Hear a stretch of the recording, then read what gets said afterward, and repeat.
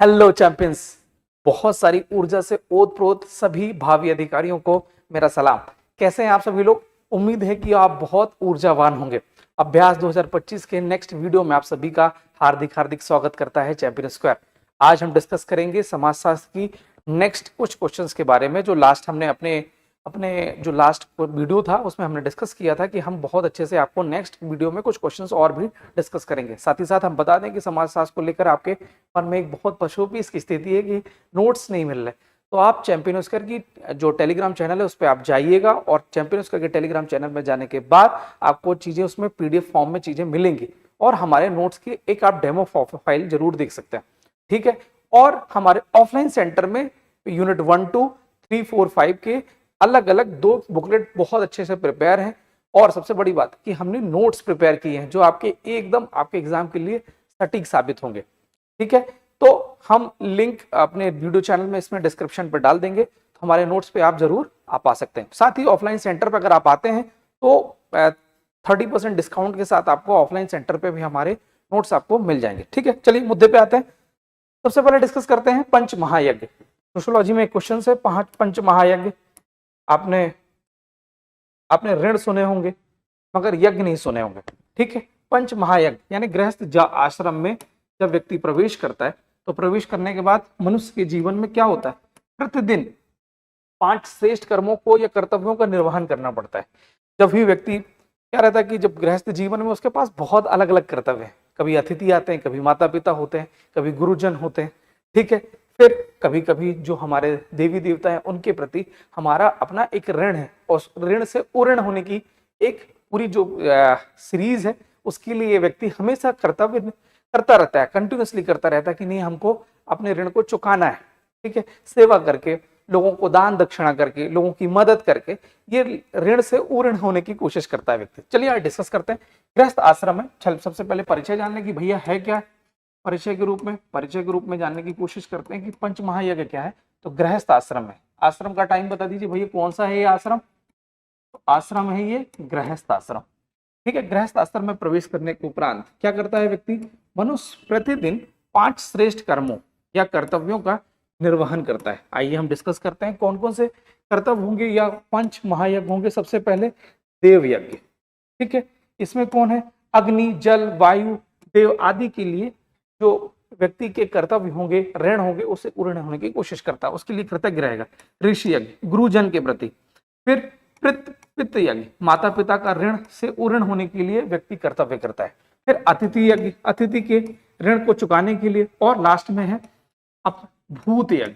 तो भूत से तात्पर्य कौन से भूत, भूत वो वाले नहीं जो पेड़ के नीचे पाए जाते हैं, जो गाँवों में हल्ला पड़ता है, नहीं, वो लोग जो इस दुनिया से छोड़ के जा चुके हैं और हमारे पूर्वज हैं और उनकी आत्मा की शांति के लिए यज्ञ किया जाता है, वो होता है भूत यज्ञ, ठीक है। तो अतिथि का यज्ञ, अतिथि के जो हमारे ऋण होते हैं, ठीक है। जब हमारा अतिथि आता है, भारत एक ऐसा राष्ट्र है जहाँ अतिथि को देवता का क्या है, रिप्रेजेंटेटिव मांगा है, अतिथि देवो भव बोला गया है ना। तो इसके लिए यज्ञ, माता पिता के जो किए गए उपकार हैं उनको उससे उऋण होने के लिए किया गया यज्ञ, ऋषि यज्ञ, और लास्ट में देव यज्ञ। क्लियर है? मुझे लगता है कि आप इसको बहुत अच्छे से चीजों को डील कर लेंगे। फॉर्मेट फिर से देख लीजिए। सबसे पहले बता दीजिए क्या है, परिचय बता दीजिए भैया ये क्या चीज कहलाती है। फिर पंच महायज्ञ बता दीजिए, पंच महायज्ञ बता दिया। अब आपके पास चॉइस है 1, 2, 3, 4, 5, पांचों को करके डैश करके बताइए, पांचों का नाम लीजिए, डैश करके बता दो और आपका आंसर मुश्किल से 15 शब्दों में ये चीजें आपकी डन हो जाएगी, ठीक है। नेक्स्ट क्वेश्चन, वर्ग संघर्ष का सिद्धांत। भैया ये तो बच्चों को पता है मगर ये इजी क्वेश्चन है, आपका मोटिवेशन तगड़ा बना रहे इसलिए हमने ये क्वेश्चन जानबूझ के डाला है कि भैया वर्ग संघर्ष का सिद्धांत है ना। तो देखो एकदम सिंपल भाषा, जो वो आपने सर्वहारा और बुर्जुआ वर्ग सुना होगा, उनके बीच में जो लड़ाई का कारण चलता रहता था उसमें उन्होंने अपना एक विचार प्रस्तुत किए, ठीक है। तो ये वर्ग संघर्ष, और अगर आपको नहीं पता तो बेसिक बड़े आदमी और गरीब आदमी के बीच में जो हमेशा संघर्ष की स्थिति होती है वही है वर्ग संघर्ष। तो वर्ग संघर्ष की अवधारणा क्या है, कार्ल मार्क्स ने प्रस्तुत की अपने मार्क्सवाद का सिद्धांत, ठीक। तो हो सकता है अगर आपके पास क्वेश्चन आ जाए कि मार्क्सवाद का सिद्धांत किसने दिया, तो कार्ल मार्क्स ने दिया, ठीक। या वर्ग संघर्ष का सिद्धांत किसके द्वारा प्रस्तुत किया गया?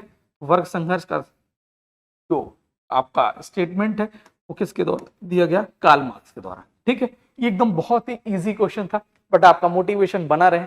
और कभी कभी क्वेश्चंस ऐसे ही आ जाते हैं, और एक शब्द का क्वेश्चन है तो एक शब्द में ही आंसर नहीं देना है, आपको स्टेटमेंट पूरा आपको ड्राइव करिए, ड्राइव करने के बाद आपको बीच में आंसर लगा देना है। ठीक है, चलिए, जीवी राव समिति 1985, जीवी राव समिति, ये पॉलिटी में आपने इसको बहुत अच्छे से पढ़ा होगा। 1985 की एक कमेटी थी, तत्कालीन राजीव गांधी सरकार के समय ये गठित हुई। क्या था? रूरल डेवलपमेंट के लिए बनी है समिति। चलिए आपको सबसे पहले डिस्कस कर लेते हैं, जब भी इस प्रकार का क्वेश्चन आए समिति को, तो सबसे पहले बताइए समिति का गठन कब हुआ? तो गठन हुआ 1985 में। थोड़ा सा आप बता दीजिए कि राजीव गांधी सरकार के समय। ठीक है, तत्कालीन याद करिए 1984 में हमारी जो माननीय प्रधानमंत्री श्रीमती इंदिरा गांधी जी का देहांत हो गया था। फिर उसका उद्देश्य क्या है? तो सबसे पहले उद्देश्य बताइए, ग्रामीण विकास और निर्धनता उन्मूलन। तो उद्देश्य बता दीजिए।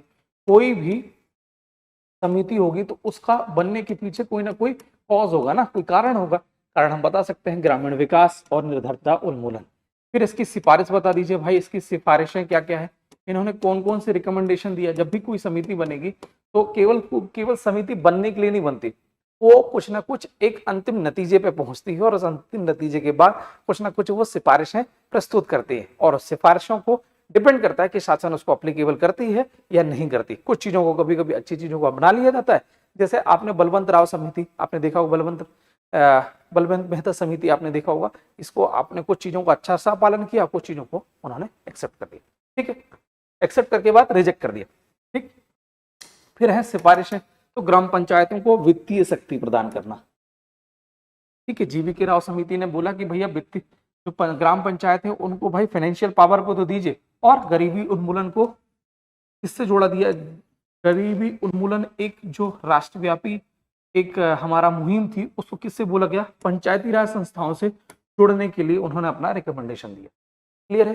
चलिए, तो आप जब भी कोई समिति आ जाए, बस आपको कुछ नहीं होगा, सीधे आपको क्लियर करना है गठन। ठीक, मैं आपको फॉर्मेटिंग बता रहा हूं। ठीक, हो सकता है क्वेश्चन नहीं फंसे, कोई दूसरा होगा। उद्देश्य,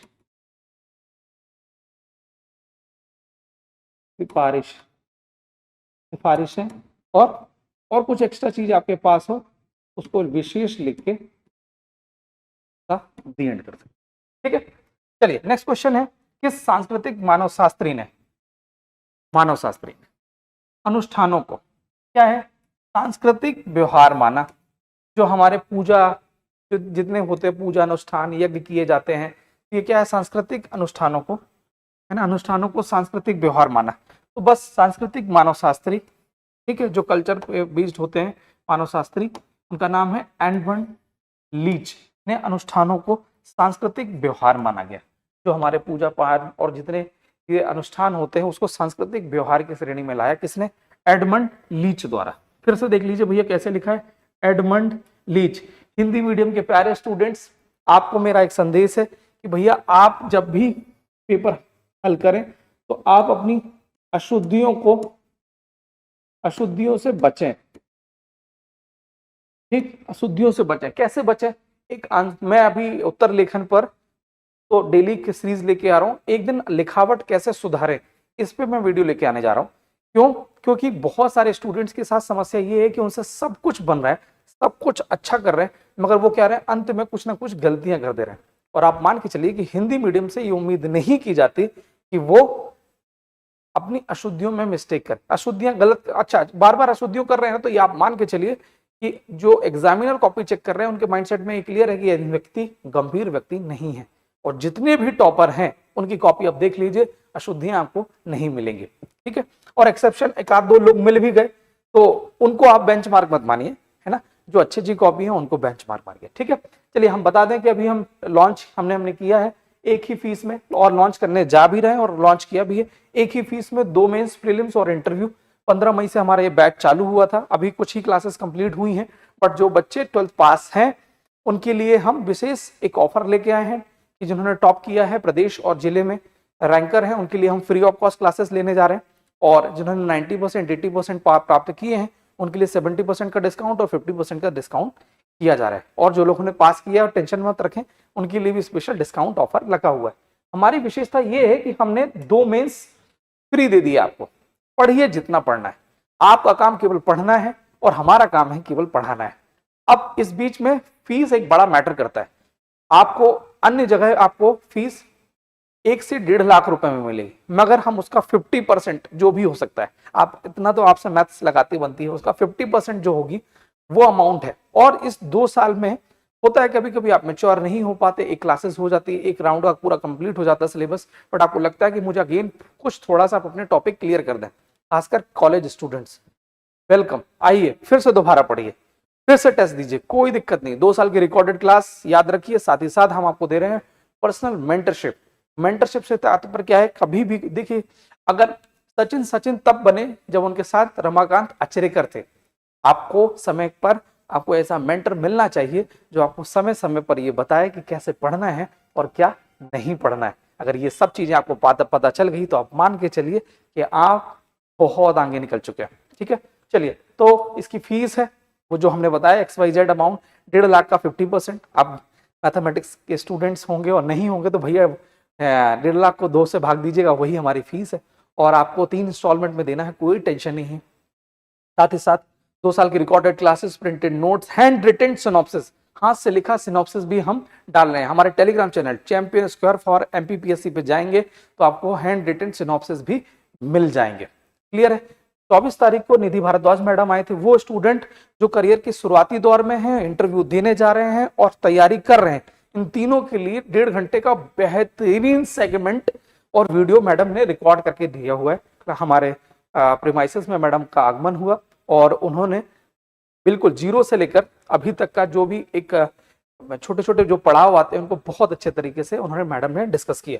24 तारीख को मैडम आए थे और शाम को मॉर्निंग में 10 बजे से ये सेमिनार स्टार्ट हुआ था। ये यूट्यूब पे लिंक डली होगी, आप इसको जरूर मैडम की स्टेटमेंट को आप जरूर सुनिएगा। 1 तारीख से 1 जून से सभी देवियों और सज्जनों आपको हम बता दें, 1 जून से हम लेकर आ रहे हैं वॉरियर बैच। ठीक, 9 बजे से 12 बजे के बीच में। ठीक, फैसिलिटी क्या है, हाईली एक्सपीरियंस टीचर है, ठीक है, फ्री टेस्ट सीरीज है, हैंड रिटन नोट्स हैं, प्रिंटेड नोट्स हैं, ठीक है, मेंटर मिलेंगे, डिजिटल क्लासेस, सब कुछ आपको मिलने जा रही है। ठीक है, फिर से सबसे बड़ी विशेषता है कि हम आपको 2 मेंस, प्रीलिम्स और इंटरव्यू क्लासेस, हम MP में मात्र पहली ऐसी कोचिंग होंगे जो डे 1 से आपकी पर्सनालिटी डेवलपमेंट पे काम करने जा रहे हैं। सैटरडे की क्लास हमारी एकदम क्रिस्टल क्लियर रहती है, फिक्स रहती है कि आपकी पर्सनालिटी पे काम करना है, न्यूज़पेपर कैसे पढ़ना है, लोगों को जब आप किसी से इंटरेक्ट करते हैं तो बातचीत कैसे करना है, इंटरव्यू की प्रिपरेशन हम डे 1 से कराना चालू रहे। क्यों, लोग लास्ट में जाके अपने अभिरुचि पर, हॉबी पे काम करते हैं, अभी से क्यों नहीं। अगर आपने चीजें अभी से कर ली तो आप मान चलिए आप बहुत अच्छी पोजीशन पे होंगे। ठीक है, तो उम्मीद है कि आप चीजें करेंगे। साथ ही साथ जिन्होंने 2025 के प्रीलिम्स नहीं निकल पाए और खाली बैठे हैं तो भैया खाली मत बैठिए, मूंगफली मत तोड़िए। आप 2026 की टॉपिक वाइज टेस्ट सीरीज, हमारी unit wise test series join कर लीजिए। होता क्या है, आपको लगता है कि हमारी तैयारी हम कर लेंगे फिर टेस्ट देंगे, तो दोस्तों, भाइयों और बहनों, आपकी जिंदगी में कभी तैयारी नहीं हो सकती। आपको तैयारी यूनिट वाइज ही करनी पड़ेगी। धीरे धीरे हौले हौले करते चलेंगे तो चीजें हो जाएंगी। और मेरा हमेशा स्टेटमेंट है कि हौले हौले से दुआ लगती है, हौले हौले से दवा लगती है, और हौले हौले से ही चीजें ज्ञान का अर्जन होता है। अगर आपने ये चीजें की तो आप मान के चलिए कि आप नवंबर तक बहुत बढ़िया पोजीशन पे हो जाएंगे। फीस आप मान लीजिए कि फीस एकदम निग्लेजिबल पोजीशन पे। फीस मैं आपको बता देता हूं कि 8,500 रुपए है इसकी फीस। बट आप सेंटर आते हैं और सेंटर में विजिट कीजिए, हम और भी जो चीजें हो सकती हैं आपके लिए, हम बिल्कुल इसके लिए करेंगे। फिर हम अपना कॉन्टेक्ट नंबर दे देते हैं, 9039030348, 90 390 30 348 हमारा मोबाइल नंबर है। इस नंबर पे आप कॉल करिए, आपको यूनिट वाइज, और जो इंदौर में है और इंदौर से बाहर है सभी के लिए ये कोचिंग और आपके लिए तत्पर है, सेवा के लिए और सहयोग के लिए। ठीक है, तो यूनिट वाइज टेस्ट तो आप बिल्कुल ज्वाइन करना चाहिए, खाली बिल्कुल मत बैठिए। दिन को 2 भाग बांटिए, प्रीलिम्स और सेकंड आपका मेंस। ठीक, चलिए मुद्दे पे आते हैं। अपराध के भौगोलिक कारणों को बताइए। भैया अपराध होता है, बिल्कुल होता है, तो भैया कभी जब अपराध होता है तो आप मान के चलिए कि उसकी भौगोलिक दशाएं भी डिपेंड करती हैं। क्लियर है, जब जब उसके आसपास के सर्कमस्टांसेस, भूगोल से तात्पर्य केवल जलवायु नहीं है, आसपास का कैसा माहौल है वो डिपेंड करता है कि व्यक्ति कैसा आचरण करेगा। चलिए डिस्कस करते हैं। सबसे पहले थोड़ा एक से दो लाइन में इंट्रो बता दें कि प्राकृतिक दशाएं, जलवायु, ऋतुओं जैसे भौगोलिक कारक अपराध को प्रभावित करते हैं। पहला पॉइंट, प्राकृतिक विषमताएं, फिर आपदाएं, घनत्व और शहरीकरण, नशाखोरी, औद्योगिक असंतुलन, आर्थिक असमानता, सामाजिक ढांचे में परिवर्तन। क्लियर है? अगर आपने की केवल पहला, दूसरा, तीसरा, चौथा, पांचवा, छठवां, 7 पॉइंट, 7 पॉइंट आप मान के चलिए कि आप 5.5 नंबर धूमधाम से लेने जा रहे हैं। कैसे? चलिए, प्राकृतिक विषमता जैसे अत्यधिक गर्मी या ठंड का प्रभाव व्यक्ति के मानसिक संतुलन पर पड़ता है, जिससे वो आक्रोशित, चिड़चिड़ापन, हिंसात्मक प्रवृत्ति आदि चीजें देखने को मिलेगी। देखिएगा कि यूरोपियन कंट्री थोड़ा सा शांत होते हैं, वो क्रिमिनल एक्टिविटीज में वो शामिल नहीं होंगे। क्यों? थोड़ा ठंडा प्रदेश है। मगर जैसे अफगानिस्तान तरफ जाएंगे, अफगानिस्तान है और जितनी अरब कंट्रीज हैं जहां बहुत सारी गर्मी पड़ती है, वहां देखना कहीं ना कहीं क्रिमिनल एक्टिविटीज ज्यादा देखने को मिलेगी। और यही चीज भारत में भी आपको देखने को मिलेगा कि उत्तर प्रदेश और इस टाइप की जो एरिया है वहां क्या गर्मी पड़ रही है, तो उसका इम्पैक्ट पड़ता है। अब माने ना माने, कुछ ना कुछ क्रिमिनल एक्टिविटीज ज्यादा होती है। आसपास चिड़चिड़ापन, जिद्दी है, अपना आक्रोशित ज्यादा होते हैं, है ना। आप बहुत अच्छे से मध्य प्रदेश में अगर कोई चंबल से हैं तो उन्हें फील होता होगा कि नहीं हम चंबल के नहीं, वो ज्योग्राफिकल कहीं ना कहीं इंडिकेशन फील इस चीज पे मैटर करता है कि नहीं गर्म खून है, हम बागी हैं, ऐसा स्टेटमेंट बोलते हैं ना। हमारे पान सिंह तोमर का भी जन्म कहाँ से हुआ? चंबल से हुआ। तो ये ज्योग्राफिकल कंडीशन, मतलब लोग आप अपने दिल पे बिल्कुल अपना कह सकते हैं, ये बातों को दिल पे मत लीजिए, लाइटर मोड में बोल रहा हूं मैं, ये मैटर करता है। मालवा की एक सम जलवायु है तो लोग क्रिमिनल एक्टिविटीज कम देखने को मिलेगी, ये है ज्योग्राफिकल कंडीशन। ठीक है। फिर आपदाएं, बाढ़, सूखा, भूकंप जैसी आपदा के फलस्वरूप क्या हो रहा है? जैसे बाढ़ होगी, बाढ़ आई या सूखा पड़ गया, भूकंप आ गया, तो अब होता क्या है? बाढ़ आएगी तो कोई व्यक्ति जो जिस घर में रहता था वो घर उसका बह गया। अब उसके लिए खाने के लिए 1-2 दिन गवर्नमेंट तो मदद कर देती है, फिर नॉर्मल डेज में नहीं करती। अब उसको जीवन जीने के लिए कुछ ना कुछ तो करना पड़ेगा, तो अब उसको कुछ नहीं सूझता तो वो सीधे सीधे चोरी करना स्टार्ट कर देता है, डकैती डालना स्टार्ट करता है। ये है उसके कारण में। सूखा पड़ गए तो आप तो देख ही रहे हैं कि पुराने टाइम में भी, अंग्रेजों के टाइम पे सूखा पड़ता था तो सीधे कुछ नहीं करते, चोरी वोरी कुछ ना कुछ चलना स्टार्ट हो जाता था। ठीक सेम घनत्व और शहरीकरण, भीड़ भाड़, बेरोजगारी और संसाधनों की कमी। हमारा भोलाराम उस्ताद मार्ग, भंवरपुआ का एरिया, जैसे जैसे एमपीपीएससी तो ठीक है, बहुत सारा क्राउड तेजी से आया और तेजी से क्राउड आने की वजह से आप देखिएगा कि भोलाराम पे दिन प्रतिदिन कुछ ना कुछ समस्या आती रहती है। क्या है? चैन खींच के ले जा रहे हैं, मोबाइल छुड़ा ले रहे हैं, छुरा मार दे रहे हैं, है ना। और रास्ते में 12 बजे 1 बजे के आसपास अगर कोई बच्चे घूम रहे हैं तो उनसे पर्स छुड़ा ले रहे हैं। ये क्या है? शहरीकरण है, डेंसिटी ज्यादा है, लोग बहुत आसपास रह रहे हैं। और जब शहरीकरण की वजह से क्या होता है कि लोगों की इच्छाएं जब पूर्ति नहीं हो पाती, घर से पैसा नहीं आते, तो लोग चोरी करना स्टार्ट कर देते हैं। एक दोस्त दूसरे दोस्त की फिरौती ले रहा है, उसको किडनैप करा ले रहा है, उसको फिर फिरौती ले रहा है। ये शहरीकरण का दुष्प्रभाव है। फिर नशाखोरी, कुछ भौगोलिक क्षेत्र जैसे झुग्गी झोपड़ी आदि क्षेत्रों में मादक पदार्थों की उपलब्धता व सेवन से अपराध होता है। बिल्कुल सही बात है। आप जो महाराष्ट्र की एक धारावी है, वहां आप देखिएगा सबसे ज्यादा नशाखोरी की प्रवृत्ति देखने को मिलेगी। क्यों? क्योंकि आसपास रह रहे, बिल्कुल कंजस्टेड एरिया में रह रहे कुछ भौगोलिक क्षेत्र, झुग्गी झोपड़ी, है ना। अब क्या गरीबी पड़ रही है, गरीबी है तो टेंशन में, तनाव में होने की वजह से लोग क्या करते हैं? शराब पी लेते हैं और शराब पीने के बाद हिंसात्मक गतिविधियों में ऐड हो जाते हैं। फिर है औद्योगिक असंतुलन, कुछ क्षेत्रों में तीव्र औद्योगिकरण हो रहा है और विस्थापन, बेरोजगारी, असमानता बढ़ती है और अपराध की। अब देखिएगा कि गुजरात में कंपैरेटिवली हिंसा कम होगी, बिहार में ज्यादा होगी। क्यों? भैया बेरोजगारी है, लोग एक जगह से दूसरी जगह माइग्रेट हो रहे हैं। अब गरीबी होने की वजह से कहीं ना कहीं आप अपनी माता बहिना से क्या करते हैं? उनसे उनके जेवर चुरा लेते हैं।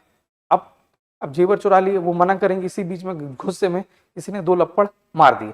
थप्पड़ मार देने की वजह से कभी कभी चोटिल हो जाता है, चोटिल हो जाने की वजह से कहीं ना कहीं आप देखिएगा हिंसात्मक गतिविधि एक्ट हो जाती है, वो महिला मर जाती है और मर जाने की वजह से फिर उसको क्रिमिनल ऑफेंस लग जाता है और शासन फिर उसको जेल में डाल देती है। ठीक है। आर्थिक असमानता, गरीबी के कारण वंचित वर्ग द्वारा अपराध, बिल्कुल सही बात है।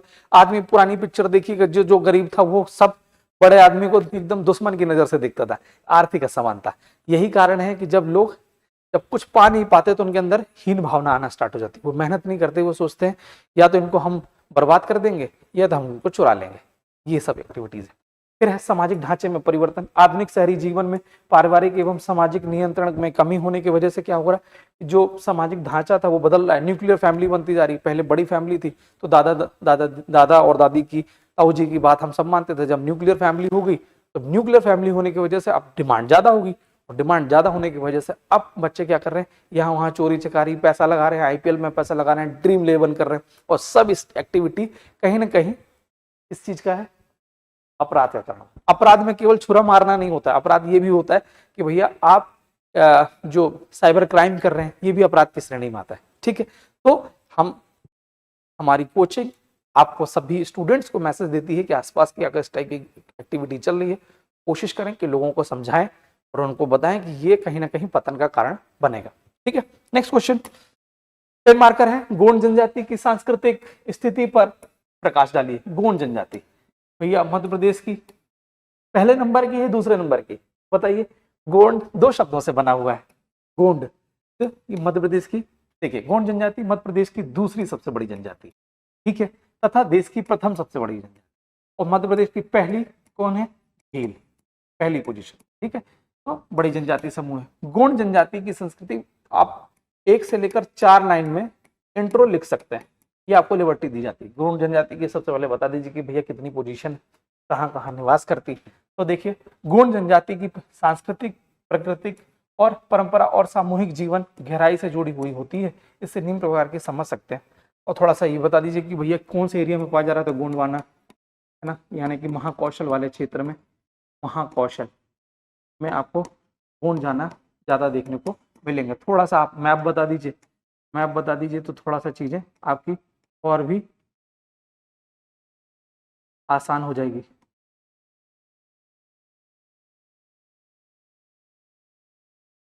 इस टाइप का मध्य प्रदेश बता दीजिए, थोड़ा बहुत कमजोर मध्य प्रदेश हो तो बुरा मत मानिएगा। इस प्रकार की एक चित्र बता दीजिए कि इस हैचिंग कर दीजिए और यहाँ बता दीजिए गोंड जनजाति पाई जाती है। ठीक है, फिर आप बताइए कि कौन कौन सी सांस्कृतिक स्थिति है। तो भैया वैवाहिक संस्कृति, युवा गृह संस्कृति, पहनावा, खान पान, ठीक है, साहित्य, भाषा शैली, कला, और फिर पर्व, उत्सव, त्योहार।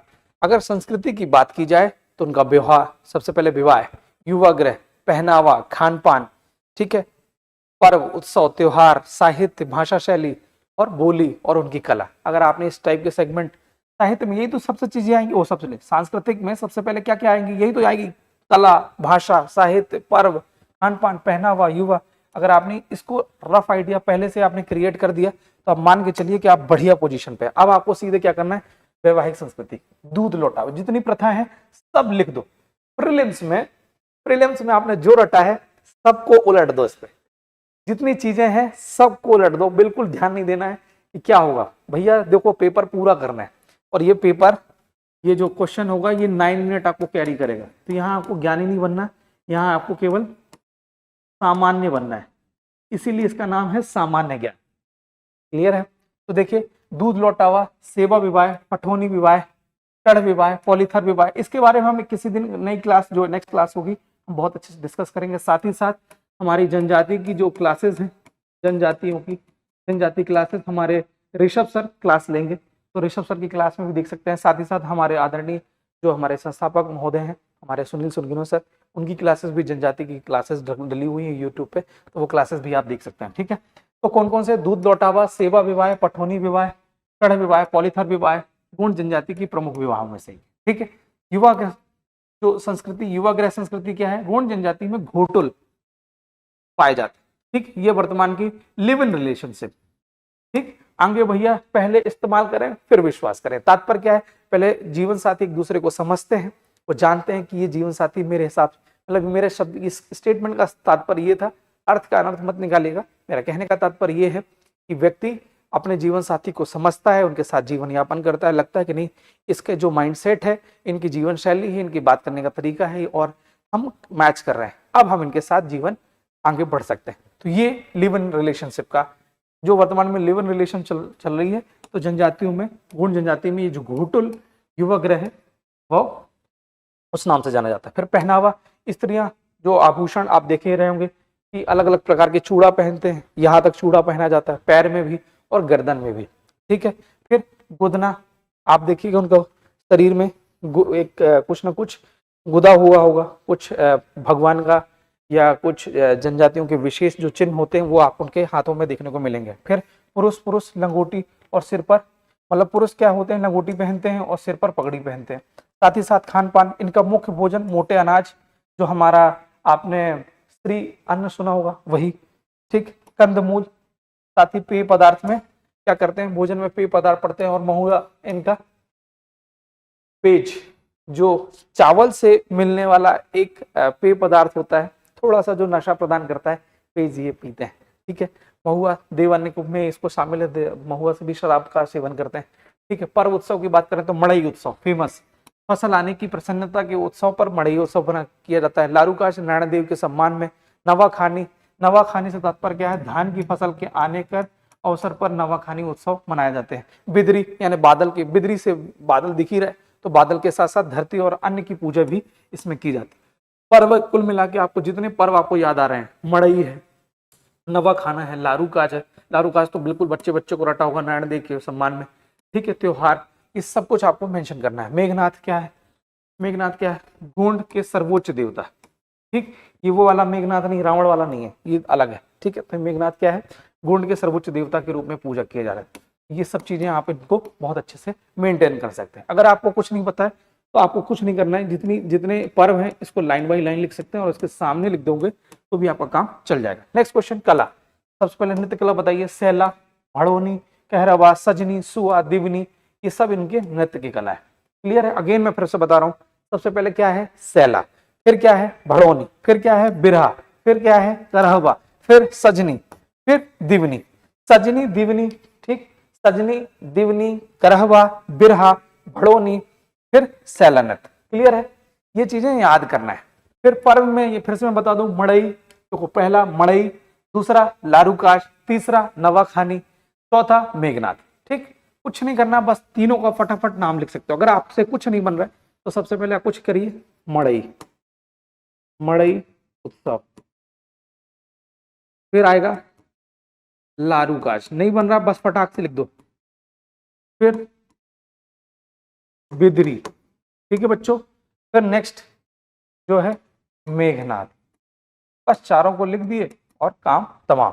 फिर नृत्य में क्या है, सैला, फिर भड़ोनी। ठीक है, रट लो इसको, सैला, भड़ोनी, करहवा, सजनी, सजनी और दिवनी। ठीक, रट लो इसको। फिर संगीत में पांडवानी, झूमा झूमर, कर्मा, सैला, बदरिया, नहडोरा, करहवा, ये सब कुछ इसकी कौन सी है, संगीत कलाओं में से एक। ठीक है, रट लो।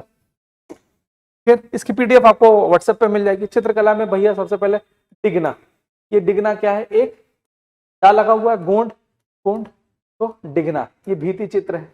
ठीक, शादी विवाह में अगर ये कभी कभी प्रीलिम्स में भी आ जाता है कि डिगना चित्र कला शैली किस चीज से संबंधित, तो भैया भीति चित्र में है, संबंधित है। फिर नौडोरा, ये भी भीति चित्र है, मुख्यतः गीली दीवार पे बनाया जाता है। ठीक, अब हमारा चित्रकला कंप्लीट हो गया। भाषा बोली तो भैया गोंडी और डोरली, इनकी भाषाओं में से एक है। गोंडी आप लिखिए, अगर आपसे नहीं लिख पा रहे हैं तो कोई बात नहीं, ये द्रविड़ भाषा परिवार की भाषाओं में से एक है। ठीक है, ये लोग हलवी और भतरी भाषा भी बोलते हैं। तो आप गोंड के साथ क्या लिख सकते हैं, गोंडी भाषा, हलवी और भतरी।